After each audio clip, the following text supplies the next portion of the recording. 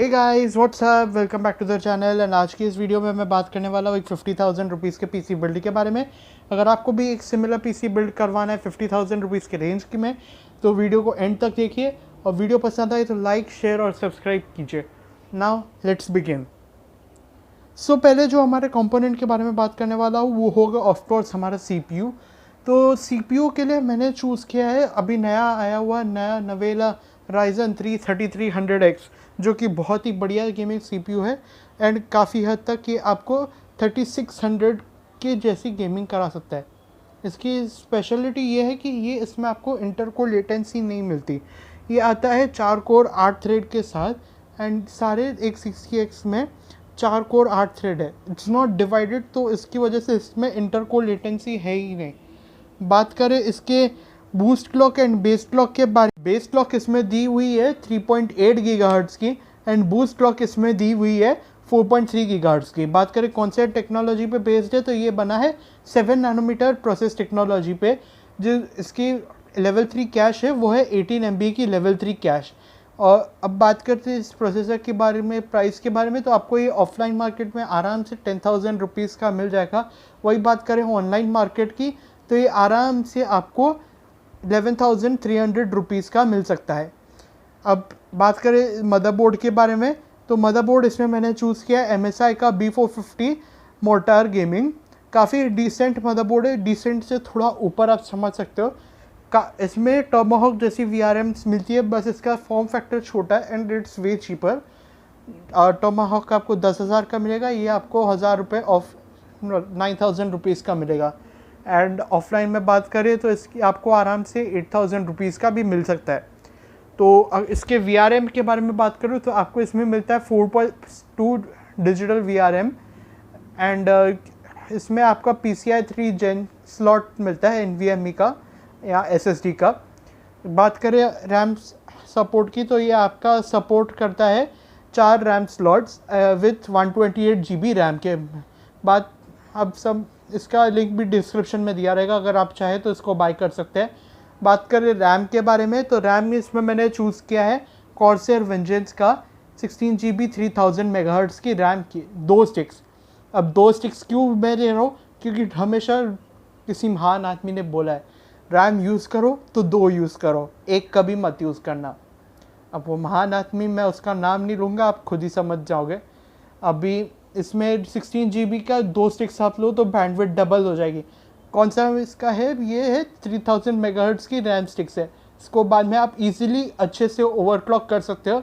And Corsair vengeance की जो भी 3000 मेगाहर्ट्ज़ के ऊपर भी स्टिक्स आती है वो सपोर्ट करती है सैमसंग की B-die मेमोरी को, तो काफ़ी अच्छे से ये ओवरक्लॉक भी हो जाएगी, तो आपको कोई टेंशन लेने वाली बात नहीं है। एंड इसका मेमोरी कंट्रोलर जो भी है 3300X का, वो इतना केपेबल है कि वो काफ़ी हद तक ओवरक्लॉकिंग करवा पाए, बट इतना भी नहीं कि 3800 मेगाहर्ट्ज़ के ऊपर चले जाए, वो नहीं, वरना आपकी इन्फिनिटी फैब्रिक जो है वो डीकपल हो सकती है एंड फिर आपको बाद में प्रॉब्लम हो सकती है। अब बात करें इसके पावर सप्लाई के बारे में, तो पावर सप्लाई में मैंने चूज़ किया है कॉर्सर की तरफ से आने वाली VS550। VS550 एक काफ़ी अच्छी पावर सप्लाई एंड ये इंश्योर करेगा कि आपके सारे कंपोनेंट्स सेफली रन करे विथ 80+ वाइट सर्टिफिकेशन के साथ आते हैं। इसमें काफ़ी अच्छे क्वालिटी के कैपेसिटर्स एंड इसमें काफ़ी अच्छे कंडक्टर्स लगे हुए हैं। According to the price it's the best value of the power supply you could afford. इसकी बात की प्राइसिंग के बारे में बात करें तो ये आपको मिलेगा अराउंड 3,000 रुपीज़ का in the online as well as offline market. अब जो भी मेन रहता है हमारे सिस्टम का, जिसके लिए हम ग्राफिक कार्ड लेने वाले हैं, जो हमारी गेमिंग कराएगा, वो हम लेने वाले हैं RX 580। RX 580 एक काफ़ी अच्छा कार्ड है, दो ये पुराना कार्ड है, बट आज भी अगर आप देखो तो ये 1066 GB एज वेल एज 1650 जो रहता है, अभी जो नया आया 1650 सुपर, ये इन टाइप की गेमिंग करा सकता है एंड 1650 से तो काफ़ी अच्छी गेमिंग करा सकता है। अभी RX 570 और RX 580 की ऐसी हालत है कि ये आते हैं एकदम सिमिलर प्राइस के साथ एंड काफ़ी अच्छे फीचर्स के साथ। एंड 570 से अगर 580 पे बस स्विच कर देते हो फाइल डिसाइडिंग या पार्ट्स, तो आपका ज़्यादा बजट भी नहीं बढ़ेगा एंड काफ़ी अच्छी गेमिंग भी इस पर हो जाएगी। बात करें इसमें कितनी वी रैम है, तो आपको इसमें मिल जाती है 4 GB GDDR5 टाइप मेमोरी। इसमें आपको मिलते हैं, बात करें इसमें कितने शेडर्स आपको मिलते हैं, तो आपको मिलता है 2304 शेडर्स। इसकी मेमोरी क्लॉक जो बेस है वो है 1257 मेमोरी क्लॉक पे बेस्ड है, एंड ये बूस्ट हो जाता है आपके 1340 मेगाहर्ट्ज़ के ऊपर। एंड इसके ऊपर जो है इसकी मैक्स परफॉर्मेंस है वो है 6.2 टेराफ्लॉप्स, एंड इसमें ROP आपको मिल जाते हैं 32, एंड जो इसके टेक्सचर्स यूनिट्स है वो आपको मिल जाते हैं 144, एंड जो ट्रांजिस्टर काउंट है वो इसके 5.7 बिलियन ट्रांजिस्टर काउंट है। जो इसकी मेमोरी पावर सप्लाई रिकमेंडेशन है जो AMD की तरफ से दी हुई है वो है 500 वाट की पावर सप्लाई रिकमेंडेशन।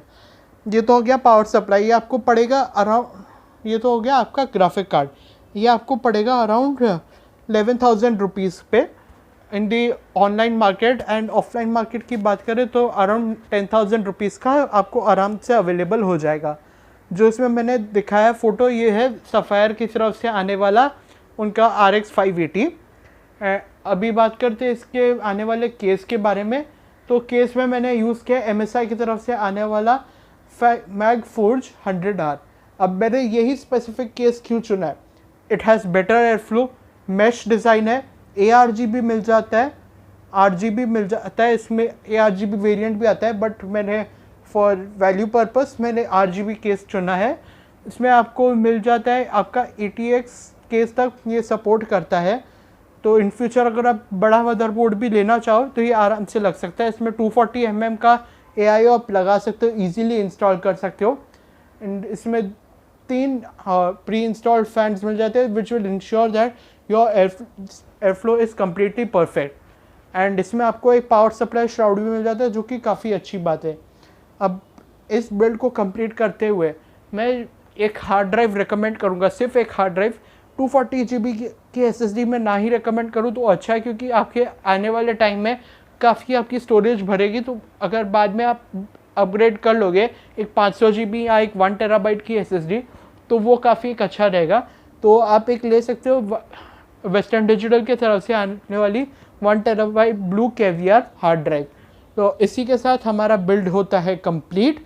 अगर आपको कुछ भी डाउट्स होते तो आप नीचे डिस्क्रिप्शन में देखें और देखें लिंक्स को रेफ़र करें, और कुछ भी अगर डाउट हो तो मेरे से कमेंट सेक्शन में पूछें, मैं रिप्लाई करने का पूरा ट्राई करूँगा। If you like this video, do share, subscribe, and as always I will see you in the next video. Thank you guys and bye bye.